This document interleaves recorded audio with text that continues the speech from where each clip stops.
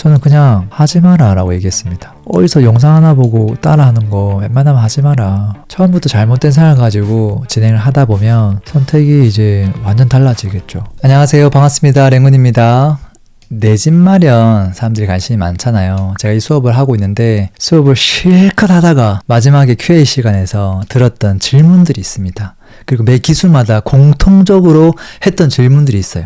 그 질문들을 여러분들과 한번 공유를 조금 하면서 또 제 생각까지도 한번 전달해 보려고 합니다. 자, 어떤 질문을 많이 하셨냐? 첫 번째 질문은요, 바로 이 질문입니다. 내 집 마련을 하고 싶은데 특히나 똘똘한 아파트 한 채를 사고 싶어요 라고 생각했던 분들이 어떤 질문을 많이 하셨냐면, 자, 고점 대비 덜 오른 아파트, 말 그대로 저평가된 아파트를 사야 된다고 생각을 했는데 이미 고점 회복한 아파트가 꽤 많단 말이에요. 과연 이거를 사도 되느냐? 지금 덜 오른 아파트를 사야 되는 거 아니냐? 이 질문을 많이 했습니다. 왜 이 질문을 했을까요? 그 사람들 머릿속에는 이 전자가 맞다고 생각하고 있었거든요. 근데 자꾸 제가 후자를 얘기하니까 이 질문을 공통적으로 했던 것 같아요. 저는 후자보다 전자가 좋은 선택이 아니라고 생각하거든요. 이 후자가 좋은 선택이죠. 왜 그럴까요? 한번 생각해 보자고요. 강남이든 마용성이든 입지 좋은 곳의 아파트가 가격이 쭉 올라가다가 훅 하락했다가 다시 쭉 회복을 했습니다. 자, 이 아파트를 사는 게 1번. 자, 2번은 뭐냐면 싹 갔다가 하락을 해가지고 싱 이렇게 돼 있어요. 여기 2번 아파트예요. 과연 이게 좋은 아파트일까요? 이게 좋은 아파트였으면 벌써 회복을 했었겠죠. 회복을 못했다는 말은 그만큼 사람들의 수요가 없는 아파트라는 얘기잖아요. 그 다음에 또 한 번 더 가볼까요? 만약에 그 아파트가 지금 회복을 못했는데 조금 올라버리면 어떡하죠? 그럼 사람들이 더 안 찾겠죠. 안 그래도 별론데 야, 요거 좀 올라버렸네. 근데 얘가 조금 더 오르면 어떻게 될까요? 더 많은 사람들이 이 아파트를 찾지를 않겠죠. 그리고 이 논리대로 하면 이 아파트는 요 정도 가면 아예 사면 안 되는 아파트가 되겠죠. 그럼 어디로 가야 되죠? 또 이런 모양의 그래프를 찾아야 되겠죠. 전혀 못 오는 아파트. 그럼 어떻게 되는 줄 알아요? 1급지 놓치고 2급지 놓치고 3급지 계속 외곽으로 가야 돼요. 과연 그 투자의 선택이 맞는 선택일까요? 아니죠. 버핏이 옛날 했던 말 아세요? 짤짤이 투자? 저평가된 가격만큼 딱 올라버리면 요거를 짤짤이 투자라고 불렀거든요. 이거만큼 오르고 나면 딱 끝이다라는 거거든요. 아파트가 똘똘한 한 채 투자 컨셉 자체가 딱 1, 2년 보유하고 매도하는 전략이 아니거든요. 내가 살 수 있는 금액을 가지고 내가 살 수 있는 나름 좋은 아파트를 사서 보유하는 컨셉이란 말이에요. 근데 이거를 입지를 점점 외곽을 가는 순간 어떻게 되느냐? 무조건 키 맞추기가 되는 게 아니에요. 어떤 일이 벌어지냐면 입지가 좋은 아파트가 회복을 먼저 했겠죠. 이 아파트의 상승률과 입지가 안 좋아서 덜 오른 아파트의 상승률이 다릅니다. 연평균 상승률 자체가 달라요. 근데 그렇기 때문에 지금 조금 회복을 했다 하더라도 장기적으로 보면 결국은 이걸 팔고 이걸 사고 싶을 거거든요. 그래서 처음부터 이걸 사면 되지 않느냐라는 관점이에요. 이거를 못 사서 어쩔 수 없어서 이걸 사는 거는 오케이. 근데 이걸 살 수 있는 사람이 단순히 조금 정고점을 회복했다고 해서 이거를 다 포기하고 못 오른 아파트만 찾아다니면 경기도 외곽을 가야 됩니다. 그게 제일 많이 못 올랐을 거거든요. 지방에 가서도 지방 외곽 입지를 가면 그 아파트가 제일 회복을 못했을 겁니다. 대구를 가더라도 대구 1급지는 회복을 많이 했거든요. 근데 외곽을 가면 거의 못했겠죠. 그럼 결국 이런 곳을 가야 돼요. 그게 과연 어떻게 정답이 될 수 있을까요? 간단하잖아요. 근데 어디서 이런 걸 자꾸 들은 것 같아요. 어디서 들었는지 모르겠습니다. 또 한번 보죠. 이런 질문 많이 하십니다. 자, 24평이 10억입니다. 33평이 10억이에요. 둘 중 어떤 걸 사야 되나요? 하고 물어요. 그래도 33평을 사야 되는 거 아닌가요? 항상 후자가 답이라고 얘기를 하더라고요. 그런 마음을 가지고 저한테 질문을 하더라고요. 저는 얘기를 하죠. 전자가 좋은 선택입니다 라고 말이죠. 왜 그럴까요? 24평? 33평? 아니 33평이 더 많이 오르는 거 아니에요? 평수도 큰데? 아니죠. 첫 번째는 뭐냐면 이 어떤 게 입지가 더 좋은 걸까요? 누가 더 좋은 입지에 있을까요? 당연히 전자죠. 왜 그렇죠? 여기는 지금 평당 4천만 원 하는 입지고 여기는 평당 3천만 원 정도 하는 입지잖아요. 평당가가 1,000만 원이나 차이 나죠. 여기가 좋은 입지죠. 좋은 입지는 상승률이 높습니다. 평형으로 올라가는 게 아니고요. 이 전체 매매 가격의 상승률을 움직이는 거예요. 예를 들어서 여기가 만약에 7%가 올랐다, 연평균. 여기가 만약에 5%가 올랐다. 그럼 결국 얘가 위너가 되죠. 입지가 좋기 때문에. 이게 좋은 선택이에요. 간단한 거예요, 이거는. 또 이 질문 어떨까요? 평형이 이번에 동일하대요. 둘 다 33평인데 하나는 10억이고 하나는 8억이라고 합니다.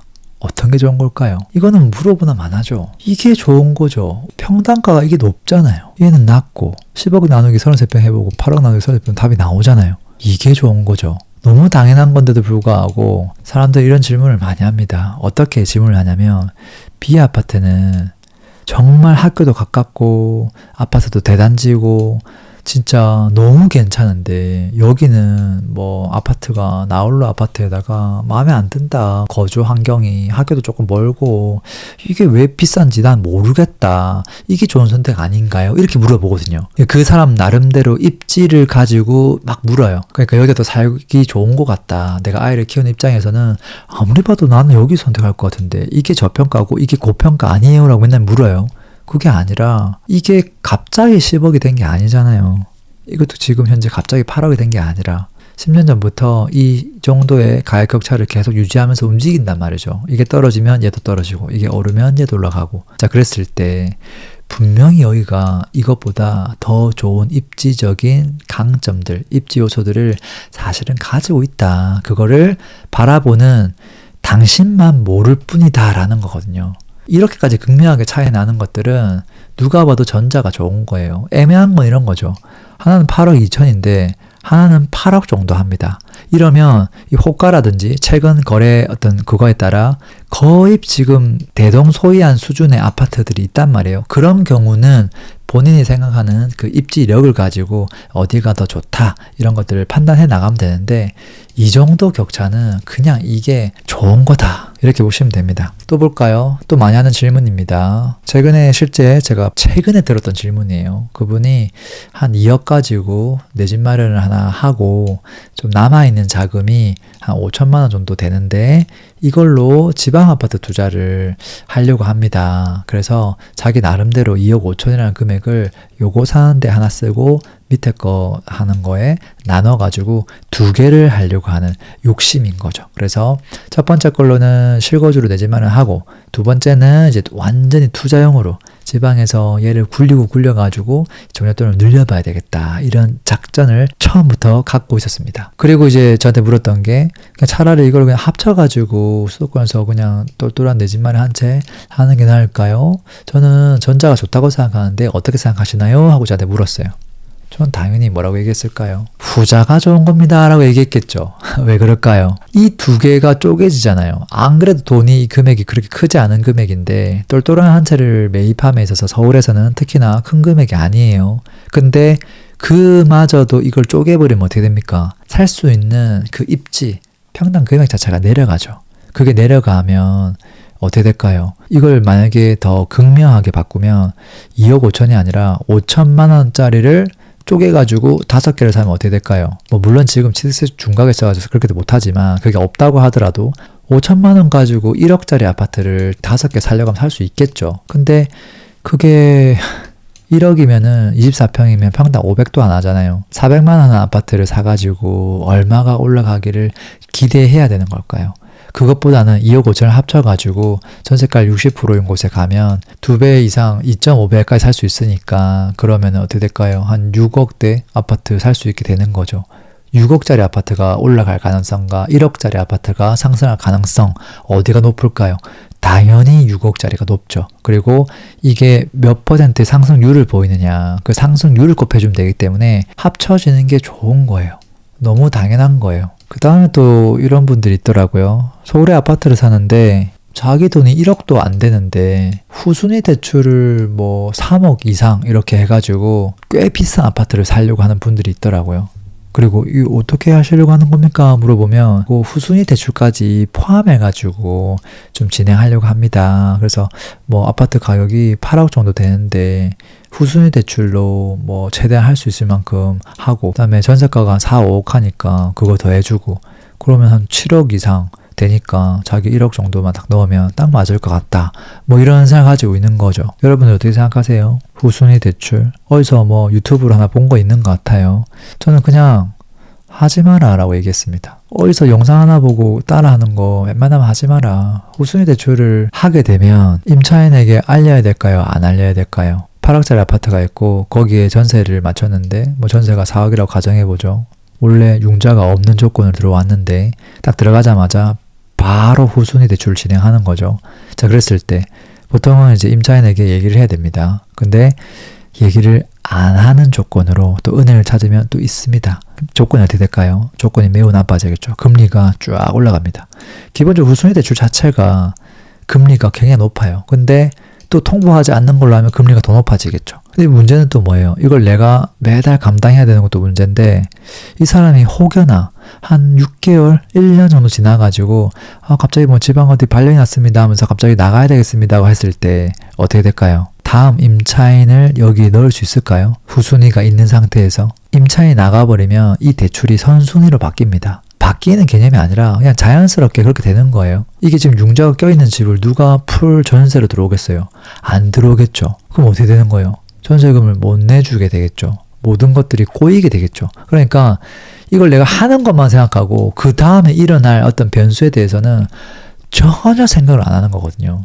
굉장히 리스크한 거죠. 근데 그거를 아무렇지 않게 자기 되게 대단한 지식을 얻었어 하면서 이걸 뭐 그냥 막 하려고 하더라고요. 이거는 되게 위험한 겁니다. 네, 이거는 그 변수가 생겼을 때도 커버 칠 수 있는 사람들만 해야 되는 거예요. 마지막 질문이네요. 이런 질문도 많이 받았습니다. 자, 기존 집을 정리하고 똘똘한 채를 사는 게 나을지, 기존 집을 보유한 상태에서 지금 가지고 있는 자금만으로도 일단은 더 오르기 전에 하나를 먼저 사두는 게 좋을지, 어떤 게 나을까요? 하고 묻는 분들이 있습니다.